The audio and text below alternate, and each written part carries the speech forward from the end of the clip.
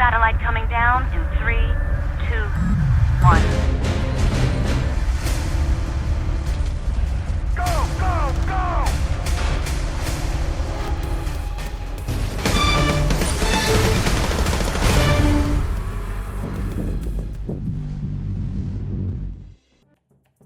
Haven is the new multiplayer map for Battlefield 2042's 7th season. It is a 5-flag map design of small to medium scale, focusing on close quarters combat with limited vehicles. With a unique aesthetic and numerous enterable buildings, the level has become divisive. The initial delight of a new urban battlefield map now giving way to the playstyle frustrations it encourages.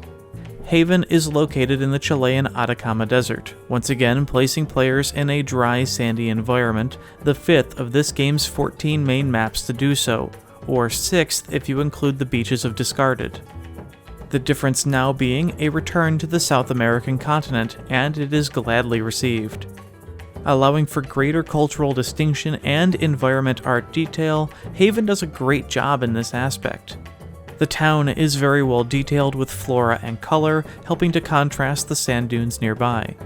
Plentiful objects litter the terrain, creating the atmosphere of a town recently abandoned, and it goes a long way toward creating a distinct and memorable location. Though one of my favorite contradictions of Haven is that the environment was clearly meant to be lived in. While this was certainly a success here with its plentiful objects of daily life, I guess the townspeople just happen to generate a lot of trash because it's literally everywhere. This sort of undercuts the tone of the cozy, self-reliant town with its patios and potted plants. Nevertheless, the detail of the map design is a welcome improvement over the environments of many other Battlefield 2042 levels. In the official development blog and patch notes, Haven was billed as being inspired by favorites such as Arica Harbor, Strike at Karkand, and Amiens. Karkand's influence is minimal, likely taking in some of the building styles and market square environments. Amiens is a total mystery. Perhaps only because it's an urban layout? Sure, but in that case you could have named anything. Meanwhile, the striking mimicry to Arica Harbor borders on parody. From the building types utilizing the original model assets, their placement, their collapsibility, the art style, the tiered streets, even the garages, you may as well call Haven a reimagining. Bad Company 2's Arica Harbor was indeed a favorite, but not without its own flaws. Sightlines could be terrible, and spawn points were often horrendous. Unpredictable gameplay was typical. Most importantly, it is critical to understand that the only limitation enabling such a map to work in its TDM or Conquest small form was the fact that the game had a cap of 24 players on consoles raised to a max of 32 on PC, and even that pushed it. 64 players in such a place would have been untenable. Not taking those factors into consideration, Haven is filled with enterable buildings, nearly all of them the same 2 or 3 structures, usually just painted a different color. The houses are the worst offender, with God knows how many windows and a balcony providing head glitch opportunities.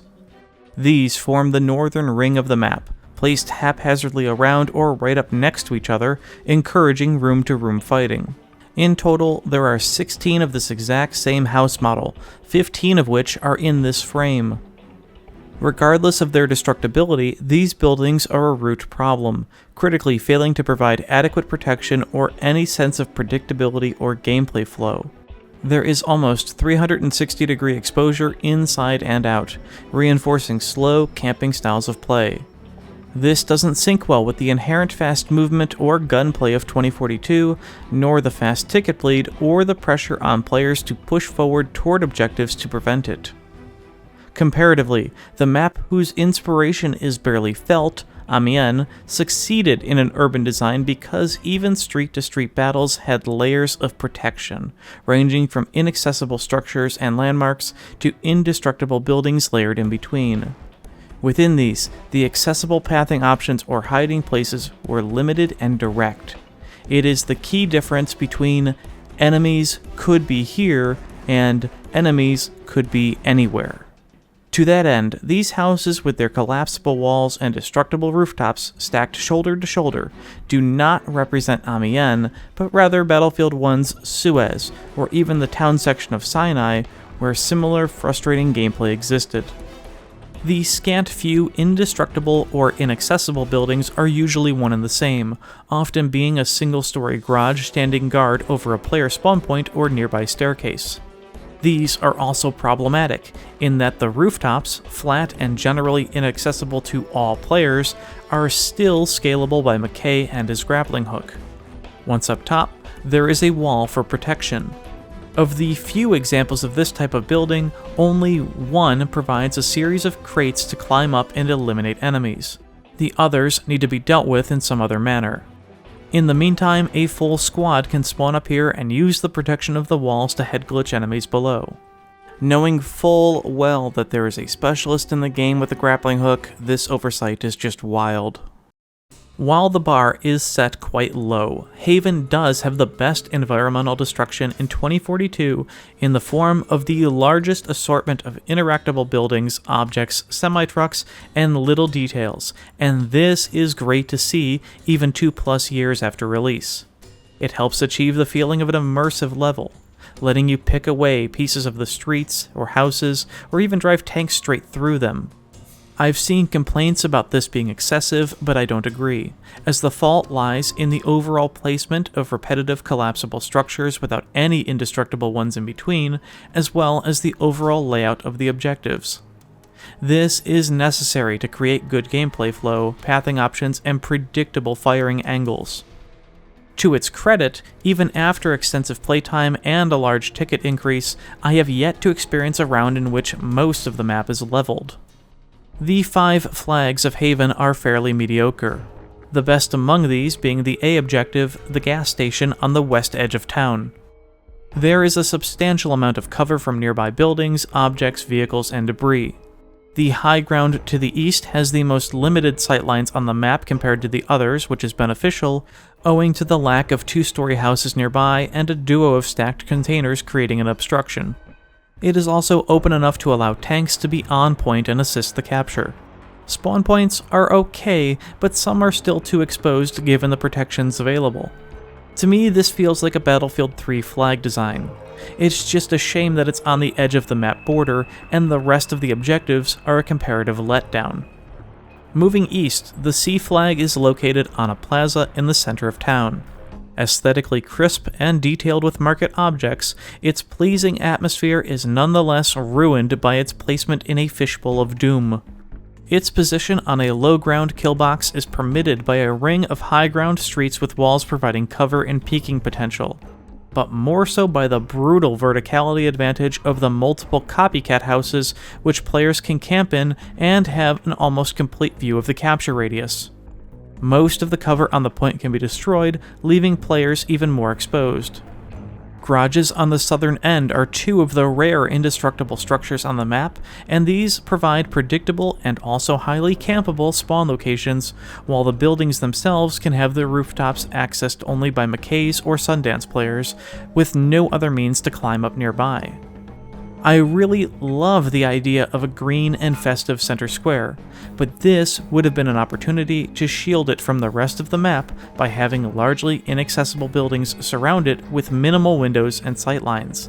As it stands, the pit that defines it should be raised to the highest street level and the nearby 2-story copycats eradicated in order to help eliminate wild verticality. Up north, the B flag is by far the worst of the 5. The site of a crashed condor sits on low ground, visible at moderate range from the nearby hill, and no less than 4 of the 2-story copycat houses. 2 more copycat houses a bit farther back also have sightlines from the upper floors and rooftops. The gigantic dune on the east also allows high ground sightlines and spawn killability on multiple locations. This kill box is just absurd. The controlling team is at such a disadvantage it's not even funny. Players spawn on locations on flag radius behind the 3 buildings. Behind them, not even inside. This is necessary as the 3 buildings are completely destructible. Once leveled, these remain totally exposed. A few additional points are located on the top of the eastern dune, completely exposed. To leave the flag, they must journey through the open with nothing but the condor for a brief stint of cover. The objective is a death trap, and that's even before a tank or ram arrives on the scene to hit the spawns with HE shells or howitzer rounds. Furthest south, the D objective is fine. It's aesthetically unremarkable, utilizing the most obvious assets from other maps. Cover in the objective radius boils down to the few hangars and generators within. The raised concrete platform provides almost more cover from below than those objects on top. I take more issue here in both the sightlines from the higher tier sections of the town from the north and of the objective's spawn points, which, depending on the team controlling and whether it's being contested, range between fairly close, open to the west, or somewhat exposed to the south and east. Vehicles do have good access to the flag radius, and it would be a great place to take light transports, if I had any. The final objective on the east is E, and it's fairly controversial. I do sort of like the 2-bus checkpoint vibe it's got going for it, but the placement on the edge of town so near to the 2-story copycats essentially ruins it. The small capture radius forces players into the buses or behind them close by. While it does get a bit grindy, the intensity is not totally unenjoyable. It does suffer the same issue that the A flag has on the west with the RU deployment practically sitting on top of it, except that the houses grant even more sightlines to shoot enemies leaving it. And boy does this make spawn locations here for the RU team miserable, since they lie well within the Russian deployment. One other issue to mention here is that the capture times of objectives on Haven is way too long. The small scale, combined with the speed of both infantry movement and vehicles, means that players can rotate to a neighboring flag, or even clean across the map, well before a few enemies manage to complete a capture attempt. This isn't even considering the main base proximity to the A and E flags. This has detrimental effects to the gameplay loop, amplifies the frequency of full capouts, and just annoys the player who actually managed to get around to a back point. This map should have implemented a domination-like capture time, where it borders on the 5 to 10 second mark. This would have allowed individual players and squads to feel like they are making a great contribution to the round, allow a lone player to break a full cap, and keep players on the move. Of course, the -10 ticket per sector capture mechanic would need to be removed in this instance. The main bases of Haven are bad, plain and simple. It is a common type of deployment philosophy that we've seen over and over through recent Battlefield games. Regardless of the overall quality of the design, once we hit the map border, it just ends. The deployment areas end up being a couple of spawn points and a road on which vehicles to spawn. There is no personality, no identity to the factions themselves, not banners, flags, empty static vehicles, fortifications, stationary weapon emplacements, nothing. On Haven, full captures seem to be a frequent occurrence, though not distinctly leaning one side or the other, much to the surprise of many players. Both main bases are complicit in preventing teams from getting back into the game in any meaningful way. They have minimal cover or terrain deviation. Each has a single house of the copycat style, forming the only major protection, and even that is crippled thanks to the building's destructive quality. The close proximity of the A and E flags to the deployments grants no satisfaction in securing those objectives, since they are immediately under attack again. Additionally, for some unexplainable reason, in both instances, the map boundary sits mere feet from the open spawn points, allowing spawn diving and spawn camping. As both sides are almost desolate, close to the main battle, and vision extends well into the map area, there is also an opportunity for players to remain deep inside these zones the entire round, and they do, sniping and using LMGs, often a handful at a time. This should not be incentivized, let alone possible. The RU side does provide more cover and terrain detail, particularly on the southern half, technically allowing players spawning from the lower deployment to walk past the containers toward the D flag. This assumes that no one is watching from the higher elevation or buildings from the town. This protection comparatively makes the US side far worse off, as they have a mere dirt road and open plain to cross, as well as a smaller deployment area. And yet there are still more issues. On both of these southern deployment routes, there are no light transports to aid in this journey, which is kind of crazy. Both also have spawn points which encourage pushing back into the battle for the town edge flags rather than a breakout route around the sides, though the southern lake prevents that anyway.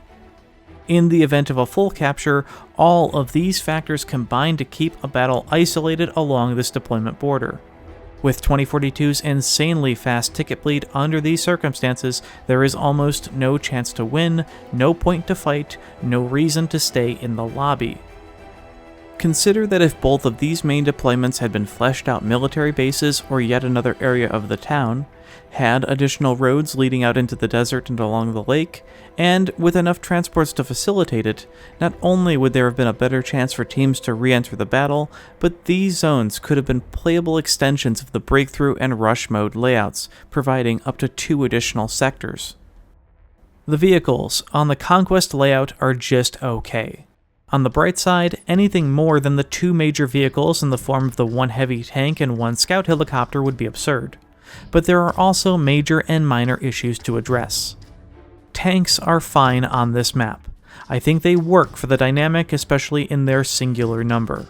To be a bit nitpicky, given the close quarters environment, expect to see them running HE shells, which as of this video are too strong in their current state. Thankfully, the map design does block line of sight in some areas, forcing armor to get involved. The Tor railgun tank makes another shockingly problematic appearance. If you are going to restrict vehicles from their categories, why even bother to include the Tor tank here at all? It's useless on this terrain, and selecting it is a massive detriment to that team. It should be removed from the pool and the game, please. The implementation of scout helicopters in 2042 is arguably intended for a game of far larger scale than that of Haven. The Nightbird's flight physics, maneuverability, and speed allows it to weave from one side of the map to the other in short order. This makes it difficult to eliminate with pilots of any skill range, as even a bad one flails around unpredictably. Its inclusion doesn't add any meaningful impact to the overall gameplay dynamic on this map. The major problem of Haven is the inclusion of both vehicle categories concurrently. Both the scale and urban close quarters nature of the map is already going to incentivize infantry play focusing on assault and support kits rather than engineer.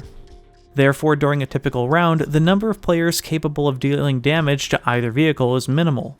Splitting that already small number into choosing between anti-air and anti-tank makes both vehicles stronger than they ought to be, and survive vastly more encounters.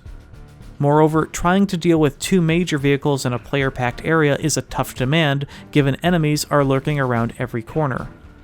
There are base AAs on Haven, surprising as that may be. You may never have noticed them, since they are laughably buried for some reason. I mean, come on, this is a joke, right? Assuming the obstacles don't get in the way, they remain rarely touched, too far back, and often forgotten, effective as they might be at close range when an enemy helicopter is directly overhead. Most importantly, the need to be player controlled is simply boring. Nobody wants to be that guy sitting in the back just for the occasional Nightbird kill, which it can often avoid anyway. This was a lesson learned all the way back in Battlefield 3. Next, a major vehicle design oddity of Haven is the complete absence of any light transports. This is just dumbfounding. A few LAT-Vs on the map might go a long way, especially with their flak cannon attached to help counter the Nightbirds.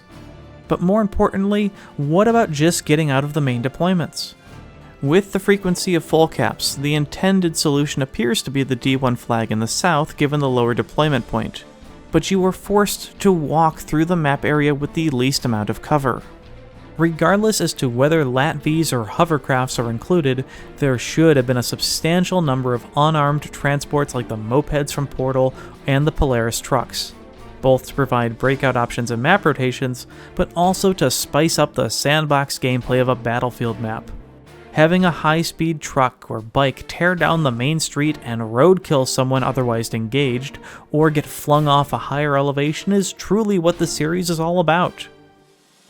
Can the map layout be improved? I thought you'd never ask. To be clear, this will be short and sweet, covering things I haven't already recommended, like adjusting the C objective. I also won't go nuts and start pretending to rearrange the existing buildings of the town, nor add new indestructible ones, as I feel like that point has already been made. Easiest first. Down south, the D flag area should have been expanded more around its capture zone to provide far greater movement opportunities and cover for respawning players. Including small hangars and perhaps more of the renewal generator maze on the west, south, and east would have been beneficial. Next, the E objective should be slightly pulled away from the town about 20 meters to solidify its identity. Large semis could block line of sight from the town, as could a few additional inaccessible buildings. Third, I would pull back the deployment areas of each about another 20 to 30 meters, thereby giving the A and E flags space to thrive on their own. Each deployment zone would be reconfigured as part of the town, though more so the RU side. The US side would be more of a supply point, utilizing small stacks of containers, construction materials, and plentiful semi-trucks, emphasizing the planned capitalization of the local water supply. Multiple new roads would exit each at different angles, and the map boundaries would be expanded to include some of the dunes. At least one of these connecting roads would run behind a major dune in the north, large enough to be completely isolated from the town's line of sight. This would allow newly added light transports a nearly hidden breakout option and path around the map, alleviating some of the stress on the gimme flag battle. Both of these updated deployments could then be utilized in the breakthrough and rush modes. Lastly, the horrendous B flag would get a major makeover. I actually like the idea of a downed Condor, I just hate its current position. Complementing the expanded northern map border, I would move this entire objective north beyond another large sand dune, breaking the line of sight from the town. Here, the objective would still be a kill box, so these buildings would be made indestructible, and a few extra pieces of Condor rubble added for extra cover. A second, smaller dune behind the objective would also provide a new spawn location, allowing a dune-to-dune high ground fight with limited protection. Finally, I would add another stationary CRAM AA gun on the objective, a parachute on the ground nearby indicating it was airdropped for rescue and recovery efforts. This would have made the objective very unique and given it purpose, as the controlling team would be able to zone out the enemy's Nightbird from the northern part of the map. Now having an existential threat in the north, players would have a chance to either box them in for a counterattack in the south, or know where to go to avoid them altogether. Additionally, it could also be used defensively against invading enemies pushing from the high dune, giving it an actual incentive to be used more. While much more can be done regarding eliminating many of the copycat houses, these initial changes would likely improve the overall gameplay flow of Haven. Unfortunately, breakthrough on Haven is nothing to write home about either. The inclusion of attacker tanks usually means HE shells with giant splash are being fired from afar. And after the first sector, the defenders have a tank joining in on this as well. If all the tanks were removed and it was just the Mav or Brawler for the attackers, that would be a plus. The map's size means that breakthrough is only 3 sectors, just like on Reclaimed, resulting in an often quick and underwhelming experience. Going back to what I said earlier about the main bases, had they been fleshed out much more, these could have been included in the mode's layout, pushing it to 4 or even 5 sectors, truly creating a Karkand-style push. The tight clustering of 64 players among enterable buildings at every street makes for excessive explosive spam, particularly Sundance grenades and Zane airburst, and more frequently lots of incendiary grenades forcing players out of hiding. The feeling of getting shot at from every angle is also amplified, though in reality it's just due to the overwhelming player density. Being a linear mode, it also encourages campy sniper play from the windows of buildings far beyond the playable area, guarding limited sightlines and making rotations or flanking opportunities almost impossible. The tight north-south map boundaries also don't permit players to try and push from other angles. To again reiterate my change on the main base design and northern dune roads, these could have allowed for wide flanks from a covered position in this mode. There is also an argument that defenders respawn way too far back from their objectives, and I could also add that more of a setup time after capturing a sector is needed as well. On some sectors, the attacking team just pushes well beyond the capture points, as the map boundaries extend way beyond them for some reason. In some cases, an insane amount, like this house on the final sector, which is somehow within their boundary, even though it isn't even in Conquest. This contributes to the last sector of Breakthrough being nearly impossible to defend, since the amount of cover the defenders have on respawn is severely limited, while attackers can practically sit on top of some of the spawns. The degree of these critiques depend on round-to-round experience and player preference. If you like the meat-grindy chaotic nature of Breakthrough, then in the end, Haven plays similar to other 2042 maps. One final point is that the map environment and cookie-cutter nature of its structures does no favor for this mode, or Rush for that matter, which also shares many of the same gameplay flaws that I've listed.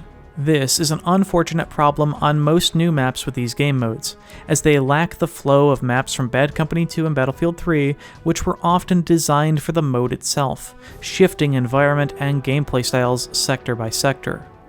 On Haven, there is a distinct blandness in the sector-by-sector push, as everything just feels the same, and the elements of the square or lithium locations do little to abate this. This isn't unexpected given how small the map scale is, nor how shoehorned in these modes are to comply with it. It is important for me to say that the majority of criticisms stated here are usually a worst-case scenario. Aiming to improve that lowest baseline is critical to increasing overall map quality and player satisfaction. In practice, Haven usually does not provide a miserable experience every round, and there is enjoyment to be had. The quality of each game is of course player dependent, team dependent, and vehicle dependent, among other factors. It is true that the design of copycat buildings and long sightlines incentivizes campy behavior, but some adaptation should be required of the player. The map's theme is good. I largely enjoy the lighting and environment. The detail and plentiful objects are great for a 2042 level, and the destruction is fantastic. Haven also provides a style of urban map sorely missing from 2042. We have the large city maps, we have the linear meat grinder, and now we have the small nonlinear town.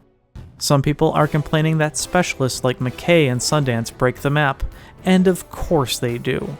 This was always to be expected.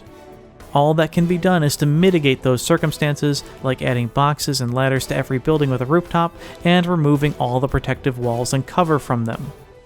Ultimately, Haven is something unique to 2042, fleshed out with heavy detail and immersive destruction sorely missing from the game. But it's a map which definitely missed the mark in terms of overall structural forethought and gameplay design. It comes across as half-baked, something which had great potential but fell far short. Haven, 5 out of 10.